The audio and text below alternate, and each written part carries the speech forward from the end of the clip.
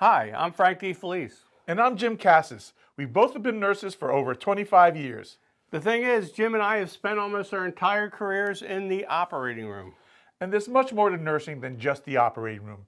The nursing profession is a widely diverse field. Yeah, Jim, with many specialty areas. There's the ER, pediatrics, hospice, school nurse, the list goes on and on. We are on a mission to explore the nursing profession. That's why we created our show, Real Talk with Real Nurses. This journey will take us out of the OR and out into the nursing community. Our show is driven by interviews with nurses who describe what they do, how they do it, and share their personal stories. So welcome to Real Talk with Real Nurses. Or as we like to call it, The Jim and Frank Show. And that too, yeah.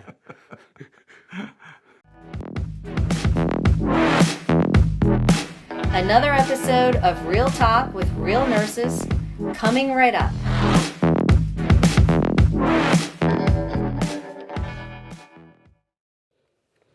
Okay, welcome to Real Talk with Real Nurses. I'm Frank D. Felice. And I'm Jim Cassis. All right, welcome to the Recovery Room Nurse Show. Also called Pacu nurses or post-anesthesia care nurses, and all under the umbrella of the perioperative nursing specialties. For under this umbrella is stuff like PATs, pre-admission testing, the pre-op care unit, the operating room, and post-anesthesia care unit. We're going to be focusing on Pacu today. All right, Jim, do you have a description for us? Yes. PACU nurses are highly trained critical care nurses who work in post-anesthesia care units. They care for patients who have just gotten out of surgery and are recovering from the effects of anesthesia. Well, Jim, we've managed to rustle up a couple real live PACU nurses here. We got Sue Walsh and Debbie Buckley. Mm-hmm. Thanks for coming on to the show. We appreciate you coming out. Yeah, welcome. Thanks for having us. So we'll start off with you guys introducing yourselves. We're looking for how long you've been a nurse, how many specialties you've worked in, and how many years as a PACU nurse. So we'll start with you, Sue. Okay. I've been a nurse for just about 27 years. I started right out of nursing school in long-term care, worked in a vent unit, and from there went to med-surg, stayed there for a couple of years, transferred to critical care, worked in ICU and telemetry, and then transferred to PACU. And I've been in PACU for 12 years now. 12 years. Wow, that's quite the career. Debbie? I have been a nurse for 20 years. I did my first 2 years as a med-surg nurse, and then I have been a ER nurse for 16 years, and I've been in the PACU for 2 years now. Wow, that's another interesting career. Me and Jim stuck mostly in the OR all this time. Mm-hmm. All right, so again, thanks for coming to the show. Jim has a few PACU statistics that we found online. There wasn't much out there, but Yeah. specifically for PACU. Well, I'll start off by saying there are 40 million people who have surgery each year in the United States. 89.2% of all PACU RNs are female, 10.8 are male. And this pretty much mirrors the national average. The average age of a PACU nurse is 44 years old versus 52 years old for a regular registered nurse in the United States. A little younger than the norm. Yeah, like younger than us, yeah. So. Okay. All right, thanks, Jim. All right, back to our guests. So I guess the first question is, why did you guys decide to go to PACU? And Sue, we'll start with you. I was never really ever considering PACU. I was in telemetry at the time when a nursing supervisor had approached me a couple of different times, and basically her question was, how long do you think you can keep doing this? I was working nights. I'm sure everyone knows telemetry is pretty hard, patients coming in and out all the time. And at the time, I didn't even know what she meant by that. And I gave it a little bit more thought, trying to think long-term for, what, approaching retirement would look like. And I was working nights, so that was taking a bit of a toll. I had looked into what PACU was about, and from there, once a position opened, I'd applied for it. So you looked through a couple specialty areas, and that one kind of piqued you, or we just looked at PACU first and said, "This is good for me." I just looked at PACU first. Okay. Yeah. And looked like Having a good fit. the experience of med-surg and critical care under my belt. That's a good fit. Right. Yeah. To me, it just seemed like a natural transition. Okay. How many patients did you have in telemetry? Was it a really heavy load? I mean, I would say 5, maybe 6 sometimes, but for the most part, it would be 5. And in telemetry, a lot of discharges and admits, right? Because they're always Correct. going up and down, Yes. in and out of telemetry. That's how it felt, and, Right. and that's how it still seems to be. Sure. All right, Debbie. Well, I went into the emergency room, which I had never intended on being an emergency room nurse. How did you get there? How did I get there? I moved from North Jersey to South Jersey, and because of my schedule that I was working, I was looking for something that was going to work good with my family, and the ER was the only place that had hours that were... It was a nice fit for you. Yeah. For your bringing up your family. Okay. Yes, and it was horrifying when I first started out, going from med-surg directly into the ER. But then you were in there for how many years? I'm still there, 16 years. Yeah. It's been a long time. I always looked at PACU and same-day surgery as kind of like, after being in the ER, like an easier kind of a nursing. Mm-hmm. And a lot of the nurses that were there were like a little bit on the older side, getting ready for retirement. I was like, oh, that'll be a nice, nice thing to do, like you said, like right before retirement.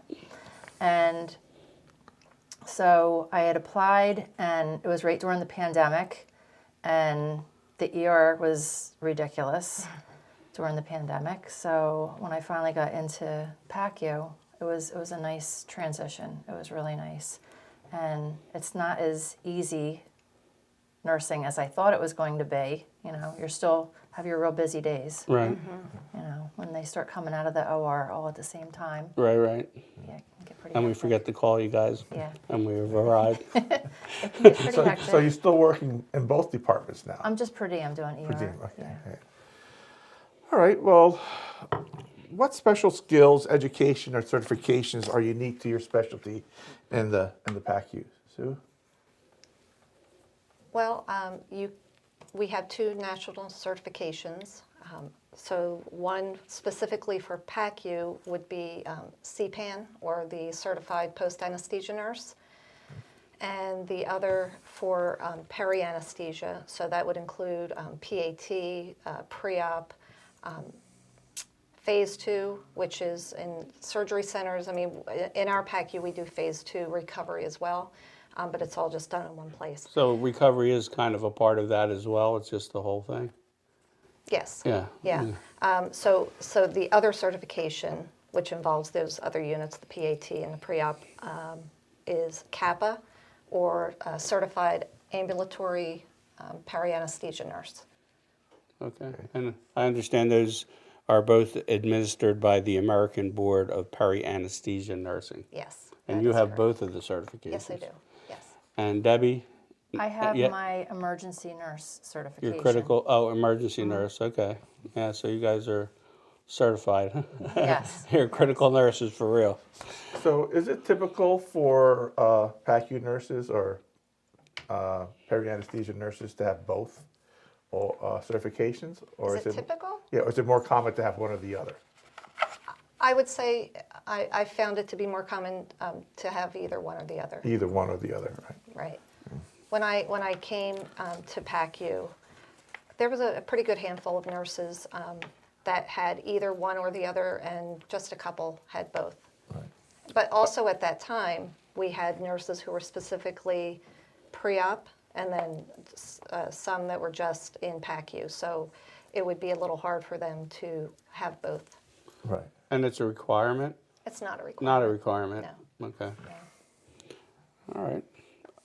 You guys also have BLS, ACLS, Yes. PALS, right? Yes. those Yes. certifications, Exactly. which are all critical care must-haves, right? They're required, yes. They are required.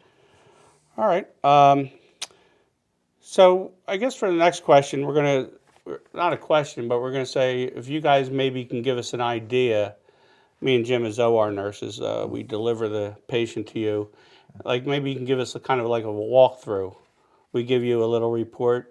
They got Band-Aids and Marcaine at the site, and give us our little report of how the procedure went and everything. Now you guys take over, and you get a report from an anesthesiologist or a nurse anesthetist too. That's right. And so all those reports are important to find out Absolutely. where you're going. Right. So I guess take us through it. Like you, Frank and I we- just showed up and we didn't call out. Well, first you get the stink eye. right? But no, so you bring the patient to us, we identify the patient together, make sure we have the right patient. The OR nurse would give us a report, like you said, explain what the procedure was that the patient had, any medications that they had received, type of anesthetic used or anesthesia, and any dressings. And it might also touch on a little bit of their history, anything specific if they had preoperative meds. And And I guess anesthesia gives you like baseline vital signs that you're looking at, right?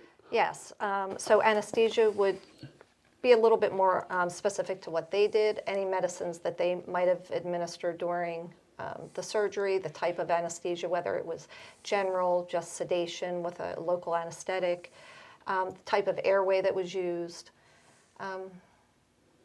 And if there were any changes specific to their vital signs. So if, say for instance, they started maybe with a high blood pressure and now you're looking at something that's high, they would say, that's how they started, so we're at our baseline. Or maybe explain why a heart rate might be a little higher than would be Right. expected. So you would be taking vital signs, doing temperatures, blood pressure, heart rate, oxygen levels, that kind of stuff. Yes. Exactly. And then family members are outside, they're waiting patiently. When do they come in? We try to let the patients wake up a little bit because we don't want to bring someone back and just have them sit there staring at their sleeping family member. And a lot of times when patients are coming out of anesthesia, they can be pulling at things, and it can be a little unsettling, I would think, to just your your average person who family member like doesn't that, yeah. realize, that that's the effects. So you guys have a certain criteria, or you just kind of know when it's time? We just kind of know. Like, Yeah. we wait until they're Presentable. yeah. Exactly, that's a Okay. good word. So, You know, so a lot you of wa- times we have a lot of untangling of wires and stuff. We try to get everybody looking real nice and So you want to make sure the patient's not confused anymore from the anesthetic agent. The pain is managed. They're able to Sure. eat a little, drink a little before you release them. Right. Exactly. And then that was the next thing. So the next thing is that they're being released, right? Either to, Right, either going back to their hospital room that they came from if they're an inpatient, or being discharged to home. or to a hospital room for the first time because they can't Exactly. go home, Right, major sure. surgery or. Right, if they're being admitted. So when you discharge a patient, do you do any teaching to the family or the patient when they're Absolutely. leaving? Yes. So what kind of things do you do? Do you give them some paperwork, some post-op instructions maybe? Sure. yes. Yeah. Yep. So that comes a little bit from both the nurse as well as the surgeon. Okay. So we can include different information as far as how to prevent surgical site infection, what they should be doing as far as, when they immediately get home, just taking it easy. Sometimes patients have it in their head that they were going to go out and have lunch and maybe do a little shopping and then head home. But no. Little water skiing, some race car We driving. advise against that.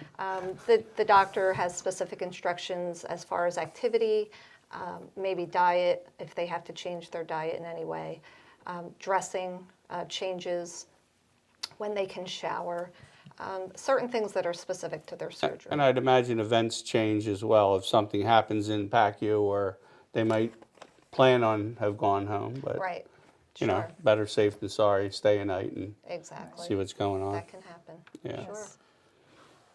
Okay. So, what do you like about your specialties? What are the pros of them? Well, let's see. Having gone through all the different departments that I've worked in, the one thing I can say about PACU is the time that you get to spend with the patients. Working in med-surg or even in telemetry, ICU. I would equate ICU and PACU kind of along the same lines. You have a very small nurse-to-patient ratio, You guys get 2 patients? 2. You do? Yeah. Yes. You can have 3 depending on where you are with the other 2 patients, but primarily it's 2. So that really gives you a lot of time to devote to caring for that patient, taking the time to educate, talk to them. You have them for a little period of time, but it gives you some time to get to know them. And I think it's nice because looking at your unit there, it's better than ICU in that if you need help from somebody, I mean, they're right Right, there. It's like a big right, room, right. you know? So like I always see like when we bring somebody in, if somebody has some downtime, they all jump in They and all they're jump helping in. you hook up the leads and get you go, which I always thought was nice, Yes. and then you can, Yeah. yeah, it's good. And also, if a patient has spinal anesthesia, if they have like a knee replacement or whatever like that, they're there for quite a long time because it takes a while for that to wear off. So they're sitting there, and from here up, they're totally fine, talking Right. to you, having conversation. You learn their whole life history, and they're just waiting for that to wear off. They're just waiting to wiggle their toes and stuff. So Okay. they can be there with you for a while. Which leads us into the next question is, what do you not like? That's a strong word, but what are the cons to being a PACU nurse? There's a good side and a bad side to everything, but, Sure. So, I would say I have a problem with calls sometimes, taking call. We are required to take on call overnight as well as on the weekends. So that can be bothersome. And it's something I always remind our viewers too. If you're going into these areas like PACU, OR, and you have call, think about that. It's a commitment. It's a whole life commitment of a mandatory call schedule. right, That it's not just a job; it's a job and call. Right, you don't punch out at the end of the day and that's it. Right. Right. So not all the time, anyway. So, but I'm sorry to interrupt. But no, yeah. that's okay. It's nice having a Monday to Friday job, but sometimes you are on call on the weekends overnight, so it's not truly Monday to Friday. And you're expected to come in at 7 o'clock, or for us, like whatever time you were supposed to come in, Right. whether you're here all night or not. Oh, right. Right. Yeah, so, exactly. And then you're tired, and then you go home, and I mean we've talked about this in our other episodes, and then you're like tired when you get home, and you got to go take a nap, and you're not spending time with your family. The ripple effect of a call shift. Exactly. So. We have been lucky though. To your point where you have to show up even though you've been on call, if the schedule allows, we're told that if you don't think you can safely work through the shift, so say I worked all day, now I'm on call overnight. I'm on call when, like, I get called in and I'm there until 4 in the morning, and now I have to be back, say, at 8 o'clock. Did I get enough sleep? I don't think so, but I'm going to show up. I'm going to do the best I can do. My manager has told me in the past that if you think you're going to hit a wall, just let us know, and we'll make arrangements. So we are kind of lucky That's that way. nice, yeah. But, yeah, you are expected to show up. Right. Yeah. So and that was that manager. I can't speak, to all other managers. And Debbie, I guess call is new for you because ER didn't have Yes. call, No, we didn't have none of call. that stuff. So, No. what do you think of the call schedule? It's a lot sometimes. Like if you're on call on a weeknight, if the patients are not out of the operating room or out of the recovery room, say by 9 o'clock, that's what time the last shift leaves. You have to come in to relieve them at 9 o'clock, and you could be there for an hour. You could be there for 3 hours. It depends what they're waiting for. Right. If they're waiting on a bed assignment. It could be more for cases inpatient. coming too. Yes. Yes. Yeah. So it does happen. All right, and then I guess Okay. do you have any challenges for yourself that you see other than call? No, not really. When you asked the question, I was waiting to see if that was going to be the answer that she said, because that was what I was Well, thinking. there is a so. nursing shortage. I mean, and a staffing crisis that's, I mean, that impacts everywhere, Yes. not just there. I mean, it's got to impact you guys as well. I mean, Right, right. your calls increased. Have you Exactly. had less full-time employees taking call? Yes. More per diem travel agents, everybody, and then your call increases. Increases. Not exactly. something that you were prepared for. Right. How many nurses do you have in Pacu right now? Your department now? Right now, we have 11, I believe it's 11 full-time. We have 2 postings for full-time nurses. We have 3 part-time and a handful of PRNs. So you don't have any travelers, anything. No, but I think there's a position posted. So your staffing Or is they're not reaching too out. bad now then. Well, we used to have, when I started in the unit, we had 16 full-time nurses. Oh, so you're down. They're like Five, it. yeah. They're just like us. Yes. You're down 5, yeah. Yeah, so. Okay. Let's talk about the future. Okay, where do you think your specialty is heading for? Whether it's going to evolve or what lies ahead for your specialty in general? For us personally, or for No, for the PACU specialty, do you see it evolving into anything in the future? The way you've been in it for a long time, have you seen it trending towards anything? I'll give you an example. Our travel nurses that were here when we did the show, we asked them the same question, right, Jim? And they were saying they looked at it more like they think, especially like in specialty and critical care areas like PACU, OR, ER, that because of staffing crisis and the projections of the nursing shortage, which is looking pretty bleak, the numbers, that we may go to a contractual, I mean, beyond the union, more like individual contracts. Like everybody, like they felt that that could be a possibility, Okay. where everybody's going to be signing their own personal contracts and, because they're going to be that hard to find. That's But interesting. that yeah, is I thought it was interesting. interesting. That came from them. So, Right, right. but No, I would think some of the cases, so if you look back, say, 10 years, patients that were being admitted postoperatively are now being discharged today. So I don't know if people could have imagined that Right. 10 years ago. So I can't imagine what cases today would be, say, getting discharged 10 years from now. Right. and You know then what I the mean? technology and stuff, I guess, had a lot to do with that as well. Maybe.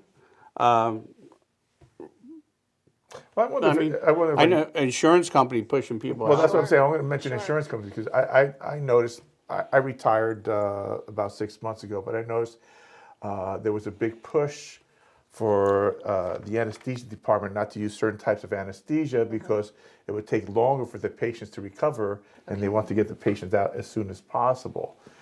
So I don't know if this is more of a, OR or peri, but do you think that maybe you're going to see certain types of anesthesia used more often or less often to get patients in and out of recovery quicker?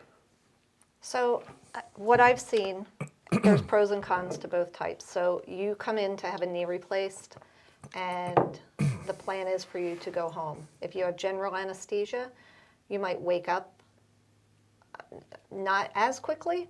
Your head's going to be a little, fuzzy. You might feel nauseous, vomit, but you still can get up and walk should you have to.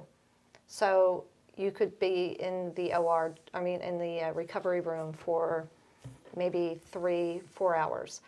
Different complications are possibilities. With a spinal anesthesia, you come out a little bit more clear-headed, you wake up a lot easier. You don't have to be intubated for that, so that's a bonus. But the downside is the waiting for the anesthesia to wear off for the patient to regain their sensation and motor function. They'll have to, fully bear their weight, stand up, walk. They'll have to be able to urinate. So urinary retention can be an issue. So there's the pros and cons with each one. Which one gets a patient out of PACU faster? It all depends on the person and how they respond to either And even if that was the initial plan to have a spinal, sometimes we've seen that they can't get the spinal. You have to go to general. Right. Or right. things happen, so. All right, so Jim, we just have one more question, I think. Well, you want to hit him with it? So just for curiosity, Frank and I would like to know, what was your funniest PACU moment, a story that you have? Somebody whether it was a waking up, or everybody's got one. coworker, or how many marriage proposals did you get from a patient? Sure. So we'll let Sue go first. Well, oh gosh, I can't think of any. I mean, we've had lots of funny, different humorous things happen, but anything specific, I can't really say. Yeah, nothing. No, well, I mean, I've had patients say crazy things or make Under anesthesia. yes, Right, yeah, right. make They're on drugs. suggestive Yeah. comments. But again, I know Nothing to where get it's the coming from. whole unit laughing. Nothing crazy. No. I mean, some of the language that gets used. Well, we have it in the OR too, and when they're waking up, and when everybody, but Sure. especially like teenagers waking up crazy, Right. crazy. But Yeah, but no, I mean, I can't really. Debbie, any you got specific- anything? A couple different things. Maybe someone will wake up out of anesthesia and they'll be like, "Oh, you're so beautiful," and you're like, "Oh, you're just still under anesthesia. Wait for that to wear off and see." Oh, for wait a sure." minute. You are beautiful. Or you might have someone sitting there talking on their cell phone, a patient, and they'll have it on speakerphone, so everybody around them can all hear what they're talking about. That's another, sometimes that could be pretty comical. Yeah, and they're always asking, like, what did they have? What did they have? Because they hear them, hooting and hollering, or do they have the same thing I had? So it can get pretty funny. And the Okay. language, definitely the language. The language, or asking the same question over and over. Oh, yeah. In the span of 10 minutes. Yeah. And it's like, okay, I've answered this. Yeah, it's funny 'cause and when my Am I mom going to see the doctor? Yes, you already right. see the doctor 5 times. and my mom when she had a little bit of dementia, like it was the same thing. It's like oh, glass of wine, this is good, and then she go over and she turn around, oh wow, a glass of wine. Right. Oh wow, a glass of wine. But all right, so I guess we're going to wrap this up. We have one thing that we want you to tell our audience is that they're watching.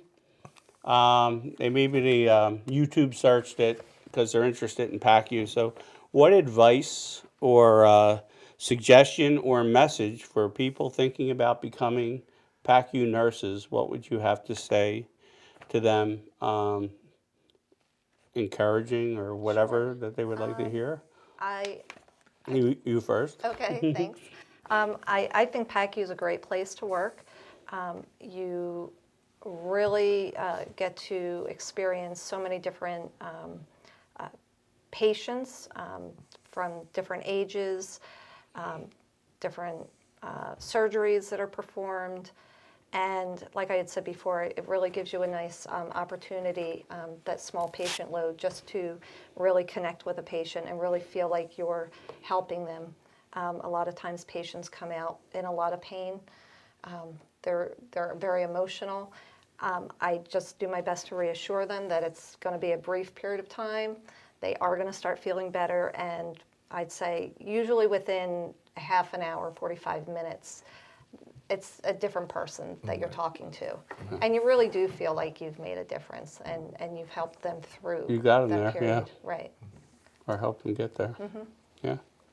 I would say, As a newbie in PACU, I mean, yes, I've only perfect. I've only been in the recovery room for a year and a half, and definitely, I guess I would say I'm old school.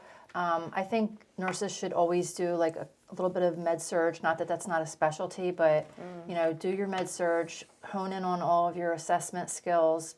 Before you go into a higher specialty. Emergencies can arise in the recovery room. and you need to be prepared for that. I think that the emergency room has definitely prepared me for any emergencies that we've had happen in the recovery room. It is nice. It's the same, like the nurses that I work with, most of them are in my age range, so that's nice. It's, I don't know, I feel like you're more close-knit, you know. More cohesive. Like I said, it's more team. Like when in that big room, it just seems like you guys are more of a team. Like you Oh, know, absolutely. and we do the same thing in the OR. Like Well- if people have an extra pair of hands, we all like jump in. But I mean, you guys are more overseer. I mean, you know, Frank and I would, you know, could be working a week and not see each other for the week. That's you know? true too. Right, You know, right. So you guys pretty much see each other because you're all out. You know, get up behind the curtains and you're all there, which is nice because you literally see when somebody needs help right away. Right. Yeah. Where us, we have to call out, maybe hit a code button or something like that when Right. we're in trouble. Yeah. All right, so I think that that's a wrap. You guys are good. Yeah. I mean, you had said everything you need to say, I and think so. we appreciate you guys coming on. It was, Thank you. Thank you very much. You like Uh, the toast to you We have to ladies? do a little bit of a toast. Cheers. Cheers. Chin chin. I can reach over there. There we go. All right. All right. All right. Thanks for watching Real Talk. With real nurses. All right. See you later. Thanks Next for watching. time. Bye.